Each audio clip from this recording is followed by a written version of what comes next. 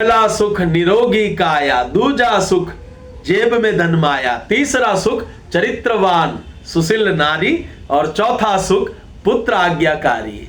जय श्री कृष्ण, राधे राधे, हर हर महादेव महादेव, शंभो शंभो। नमस्कार साथियों, स्वागत है आप सभी का हमारी चैनल ओम धर्म दर्शन पे। तो आज के इस सुंदर पावन व्लॉग की शुरुआत करने से पहले हम आप सभी को ये बता देना चाहते हैं, यदि हमारा ये व्लॉग, हमारी बताई गई जानकारी आप सभी को अच्छी लगे तो जरूर से चैनल को सब्सक्राइब कीजिएगा, वीडियो को लाइक कीजिएगा और जुड़े रहिएगा हमारी चैनल ओम धर्म दर्शन के साथ। तो आइए करते हैं शुरुआत। शुरू में जो मैंने कहा, पहला सुख निरोगी काया, प्रत्येक मनुष्य के लिए, प्रत्येक जीव के लिए यदि इस संसार में सबसे बड़ा कोई सुख है तो वो है उसका शरीर। यदि शरीर से वो स्वस्थ है तो समझिएगा संसार के सारे सुख वो ले सकता है, आर्थिक, मानसिक, शारीरिक, पारिवारिक, यानी ये जो चारों अवस्था के सुख होते हैं वो मनुष्य तभी ले सकता है जब वो शरीर से स्वस्थ है।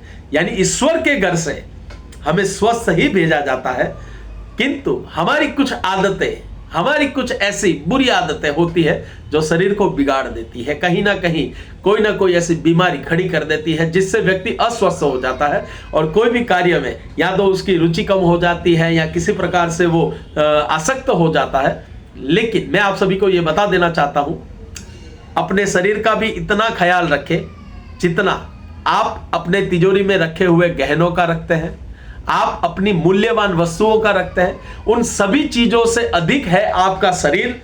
यदि आपने अपने शरीर का ख्याल रख लिया तो सर मेरा ये आपसे वादा है, आप कहेंगे कि जीवन में यदि सच्चा सुख किसी चीज का है तो वो है अपने खुद का शरीर। यानी शरीर से स्वस्थ है तो समझिएगा जीते जी इस पृथ्वी पर भी आपके लिए एक स्वर्ग है। यानी सारी खुशियां आपकी तभी पूरी होगी जब आप शरीर से स्वस्थ होंगे। तो दूसरा सुख है जेब में धन माया। अब दूसरा सुख जेब में धन माया मैंने क्यों कहा, उसके पीछे का जो कारण है वो भी बता देता हूं। इस कलयुग के अंदर व्यक्ति चाहे कितना ही नाम कमा ले, कितनी ही ख्याति कमा ले, चाहे कितनी ही सिद्धियां कमा ले, किंतु व्यक्ति की जेब यदि खाली है तो व्यक्ति किसी काम का नहीं है सर। यानी पड़ोसी भी आपसे कोई प्रकार का व्यवहार रखेगा तो वो आपकी संपदा देखकर रखेगा। झोपड़ी में लोग कोई नहीं जाते हैं देने के लिए, बंगलों में, महलों में अक्सर लोगों को मैंने आते जाते देखा है बिना मतलब के। यानी जब काम भी नहीं होगा और आपका बड़ा आलीशान मकान होगा तो अच्छे आपके चौखट पर आकर खड़े हो जाएंगे। यदि आप छोटी सी फटी हुई झोपड़ी में रह रहे हैं तो आने से लोग कतराते हैं। यानी पैसा इतना इंपॉर्टेंट है एक व्यक्ति के लिए जितनी सांस हमारे शरीर के लिए, ये बात गौर कीजिएगा। और तीसरा जो सुख है एक सुशील चरित्रवान नारी, यानी एक पुरुष के लिए उसके जीवन का सच्चा सुख, उसके जो अर्धांगिनी है वो चरित्रवान होनी चाहिए। कहा जाता है औरत बनाने पे आ जाती है तो रंक को राजा बना देती है और बिगाड़ने पे आ जाती है तो राजा को भी रंक बना देती है।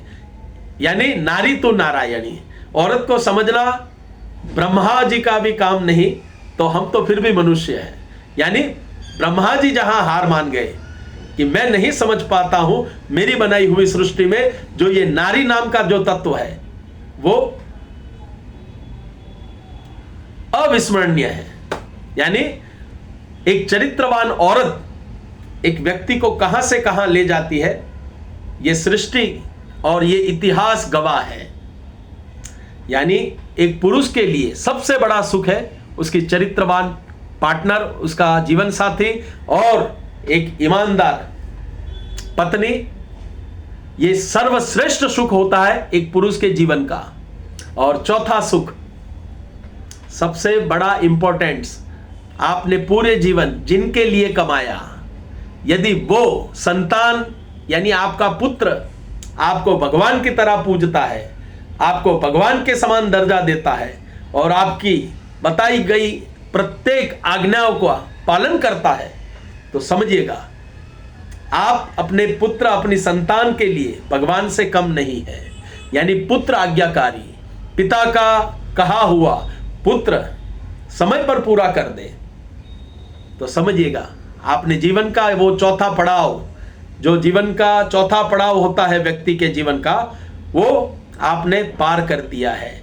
यदि संतान आपका कहा करती है, संतान आपके खाने की, रहने की, आपके दवाइयों की और आपकी जरूरियातों के बारे में अपने कार्य से पूर्व यदि ख्याल करती है, तो मानिएगा आप वास्तविक रूप से सुखी है और वास्तविक रूप से आपने अपना माता और पिता का प्रभुत्व जो है वो दायित्व आपने अदा किया है।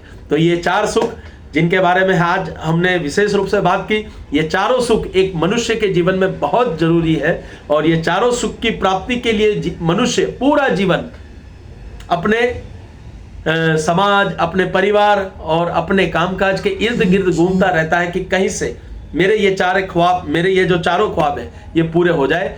मैं भगवान महादेव और माँ पार्वती से ये प्रार्थना करूंगा प्रत्येक मनुष्य के जीवन में ये चार सुख प्रदान करे और प्रत्येक मनुष्य जीवन में सुखी रहे। हम यही प्रार्थना हमारे चैनल के माध्यम से सदैव करते हैं। सर्वे भवन्तु सुखिनः, सर्वे सन्तु निरामया। ओम नमः पार्वती पते हर हर महादेव। शिवरात्रि बहुत ही नजदीक के दिनों में आने वाली है, जुड़े रहिएगा हमारी चैनल के साथ। लाइव दर्शन, भगवान शिव की भस्म आरती, महाआरती और भगवान श्री सदाशिव का श्रृंगार आप सभी को हमारे चैनल के माध्यम से दिखाएंगे। जरूर से जुड़े रहिए ओम धर्म दर्शन के साथ। बोलिए जय श्री कृष्ण, राधे राधे।